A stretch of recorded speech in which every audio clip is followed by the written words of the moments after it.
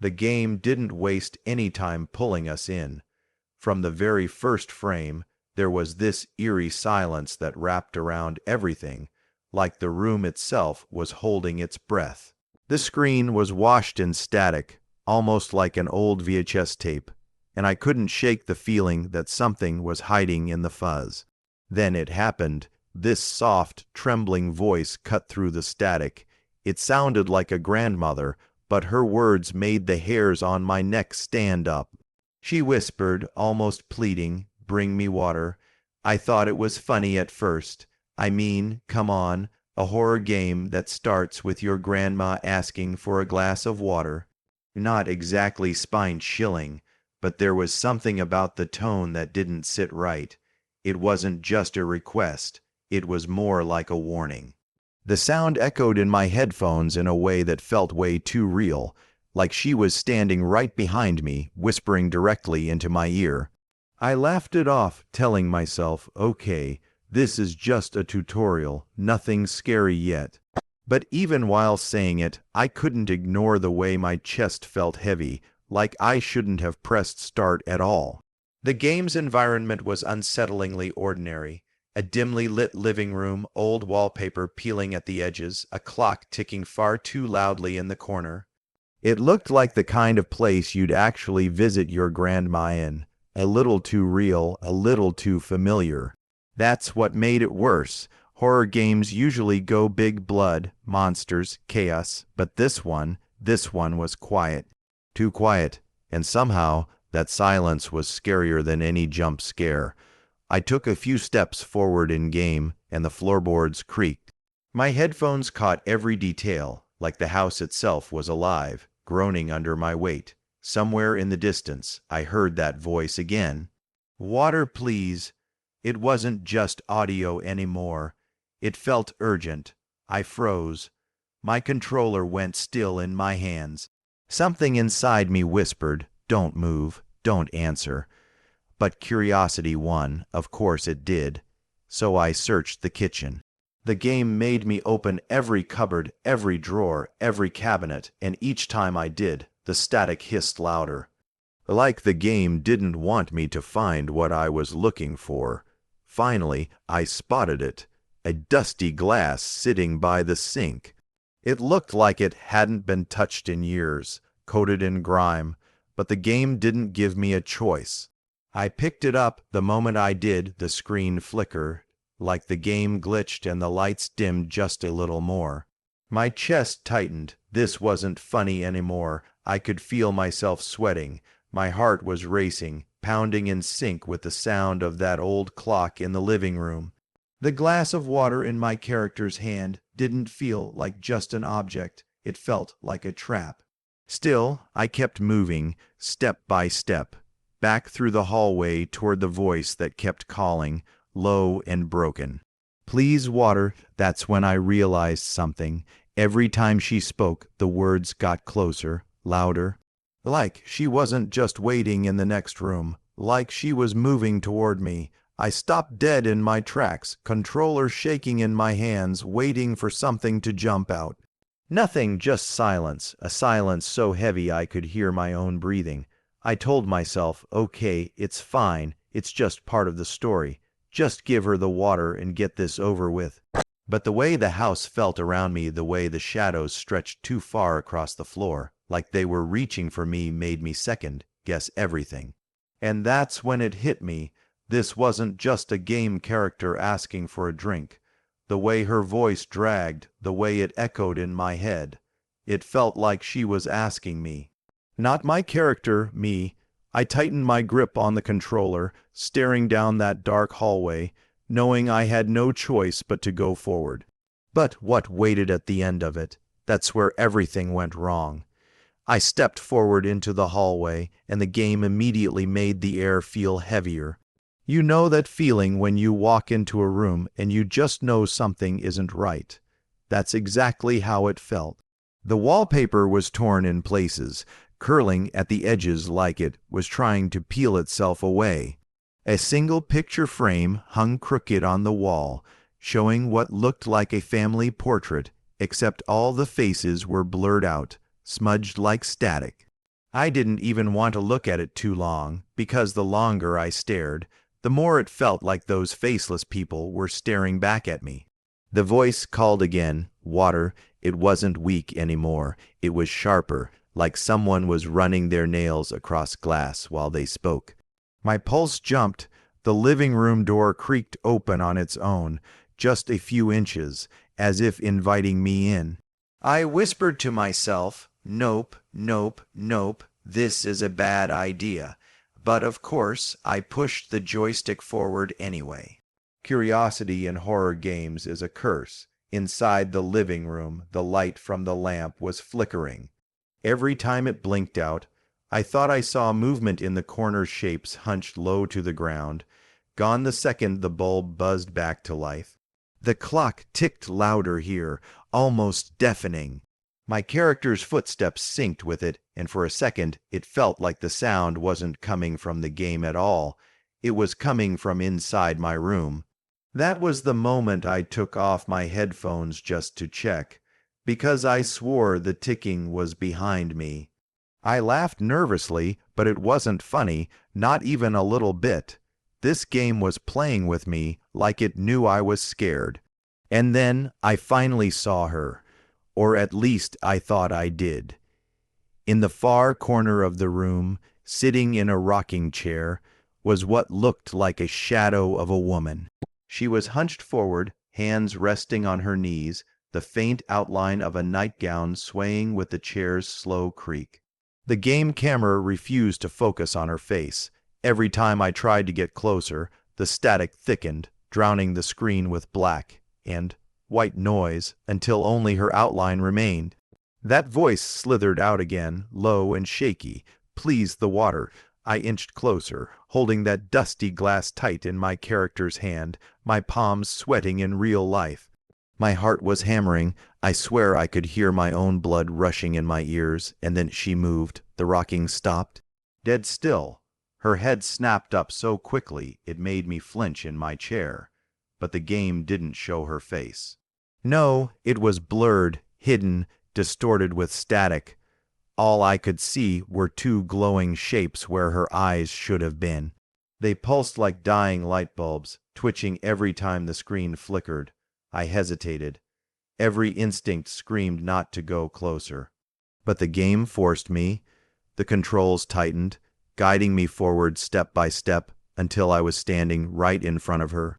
Her voice was louder now, almost desperate. Water, give it to me. So I pressed the button. My character extended the glass. And right when her hand reached out to take it, the game glitched hard.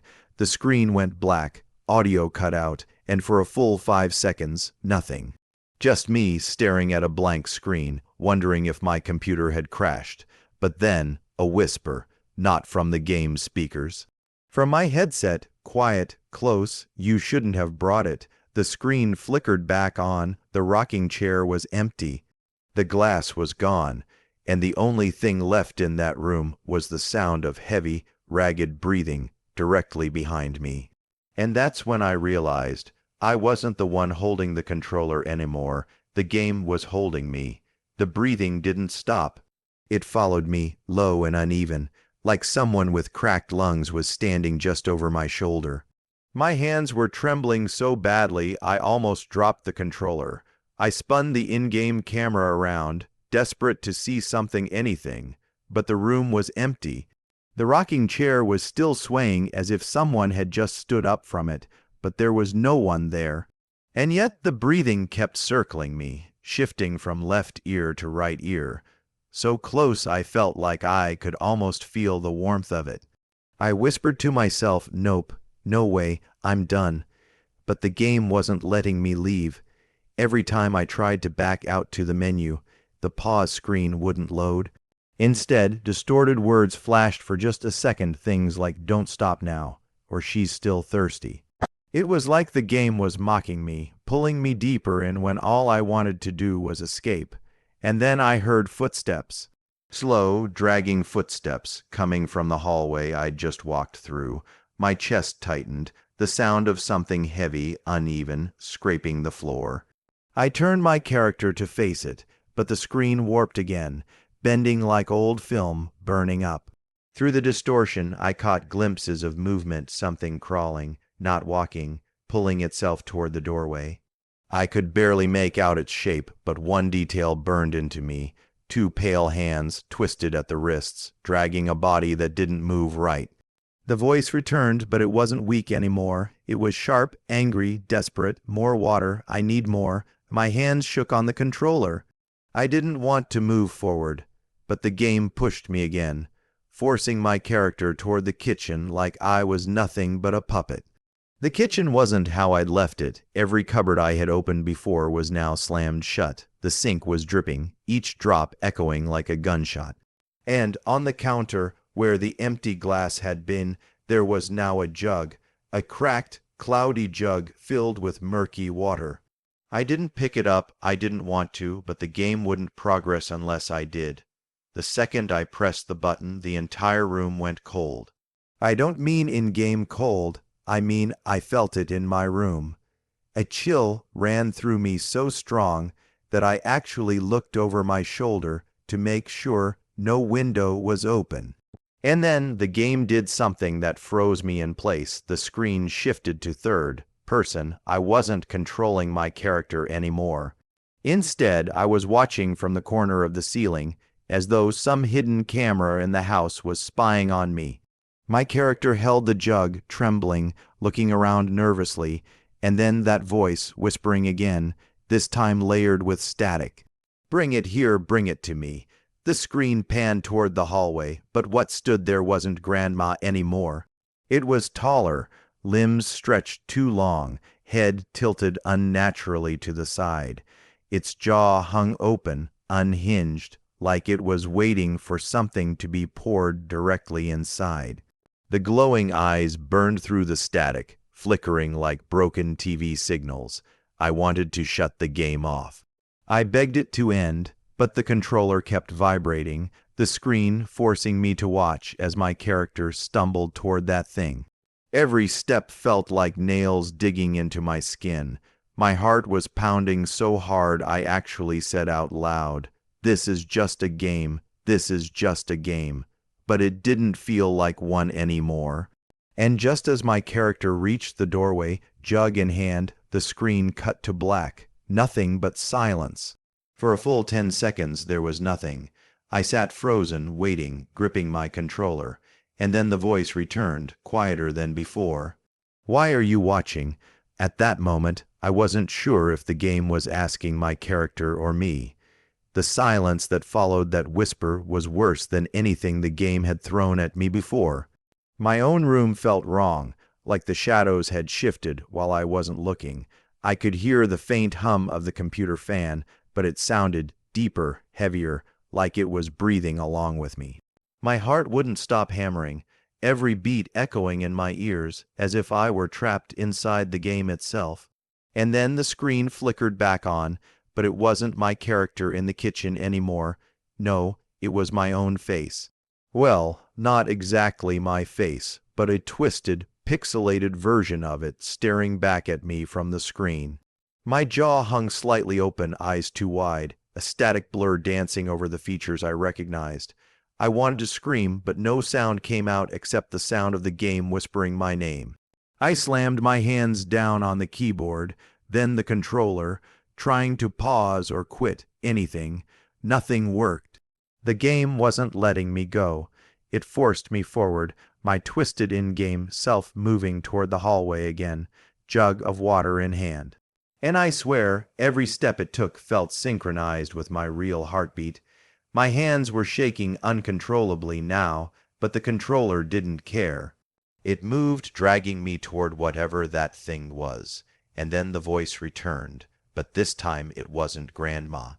It was layered, overlapping like multiple people crying, pleading, screaming for water all at once.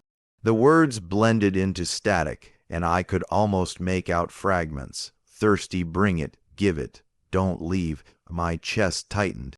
I wanted to close my eyes, but I couldn't. I felt like if I blinked, I would lose myself. And that's when the first figure appeared in the hallway. It was her, or at least a version of her I couldn't recognize, the face I had seen at the start, Supposedly Grandma was stretched, twisted, her mouth opening wider than humanly possible. Her hands weren't hands anymore. They were long, clawed appendages that scraped the floor, leaving black streaks that slowly burned into the tile. The glowing eyes stared right at me, following my every movement. The jug felt heavier than before, like it was full of something I didn't want to see. My character hesitated, and the screen pulsed with static like it was alive, judging me. The whispering voice grew impatient. Pour it now." I forced myself forward step by step, each movement making my stomach churn.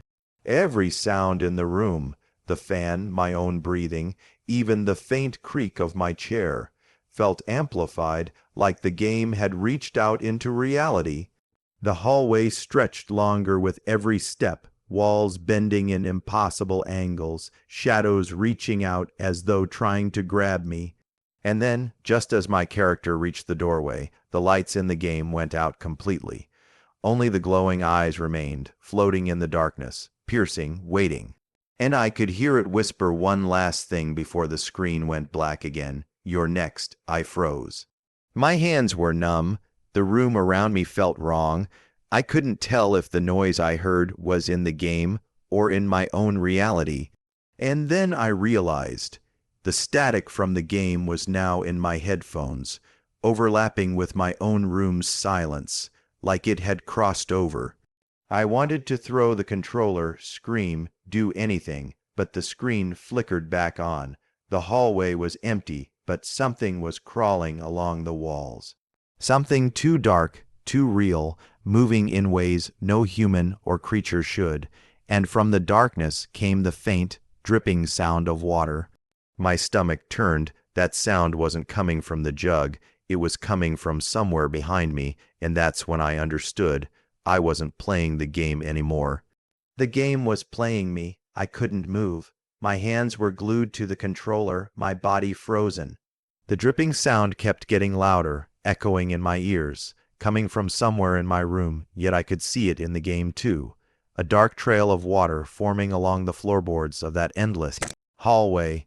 Every step I forced my in-game character to take made the sound sync with my own heartbeat, until I could barely tell where the game ended and reality began.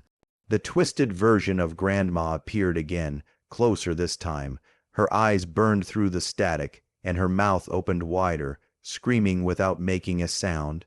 But it wasn't the sound I feared, it was the silence in between. That pause, that breath before she lunged, made me want to run, but I couldn't. My body wouldn't let me, and then I saw it. Reflected in a broken mirror hanging crooked on the wall of the virtual hallway, my real self, pale and frozen, standing in the game as she reached out with those clawed hands. It wasn't just my character, it was me. The reflection wasn't mimicking my movements. It was predicting them, moving ahead of me, smiling with those hollow eyes. I tried to shake it off, thinking maybe it was just a glitch. But the static intensified, filling the room with warped laughter and dripping water sounds, overlapping with the whispering voice. "You shouldn't have come. You shouldn't have brought it." My breath caught in my throat. Every nerve in my body screamed for me to stop, to throw the controller, to run. But I couldn't. Something kept pulling me forward.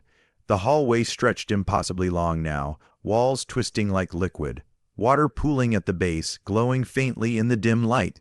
My character stepped into it, the jug trembling in hand. I couldn't look away. My stomach churned. And then, in the reflection of the water, I saw hundreds of faces, some screaming, some pleading, some blurred beyond recognition, floating under the surface, staring straight up at me. My heart nearly stopped. The voice grew louder, angrier, almost commanding. Pour it now, or she'll take you too." I realized with a sickening chill, she, whatever this thing was, wasn't asking for water. She was asking for me. Every muscle in my body tensed as I stepped forward. The moment the jug tipped, spilling murky water onto the warped floor, everything went wrong. The screen exploded in static, the game twisting violently. The shadows around me in my own room seemed to stretch and crawl toward me. The dripping turned into a roar. I could hear the sound of my own breathing overlaid with hundreds of whispers calling my name. And then, just as I thought it was over, her hand shot out of the darkness, breaking through the screen. It wasn't part of the game anymore. I felt it brush past my arm. My stomach dropped, and I yelped. My chair tipped back. My room went cold, like the life had been sucked out of it. The controller slipped from my hands, and the screen went black. I sat there, trembling, listening. The game had ended, or so I thought, but the sound of faint, dragging footsteps came from behind me. Slowly, just behind my chair, I could hear the whispers, faint but insistent. More water. I knew in that moment that this wasn't over. Not for me, not for anyone who dared to press play. I sat frozen, staring at the blank screen, my hands still trembling from everything that had happened. The room was silent again, except for the faint hum of the computer. But I couldn't shake the feeling that I was still being watched. My heart wouldn't stop pounding. My mind was racing 1,000 miles an hour, thinking about what had just happened, about what could have happened if I had moved differently. I slowly reached for the controller, half expecting it to burn my hand. The screen flickered to life one last time, but instead of the twisted hallway or glowing eyes, it showed a simple message. "Thank you for the water." My stomach dropped. Was it a joke? Was it a warning? I didn't know, and at that point, I didn't want to know. I laughed nervously, trying to shake it off.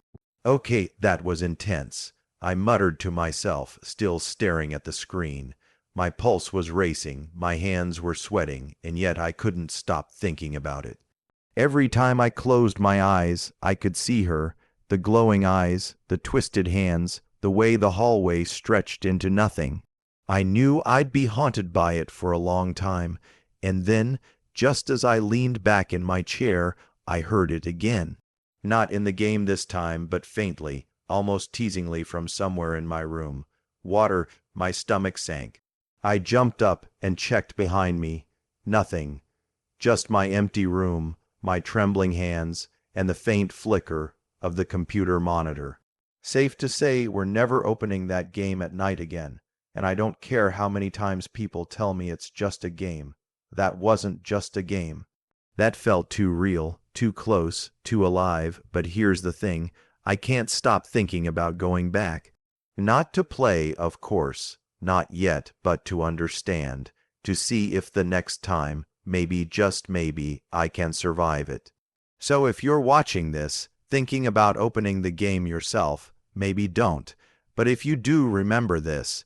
Bring the water, but be very careful what you're giving it to. And with that, my heart is still racing, my hands still trembling, but I survived for now.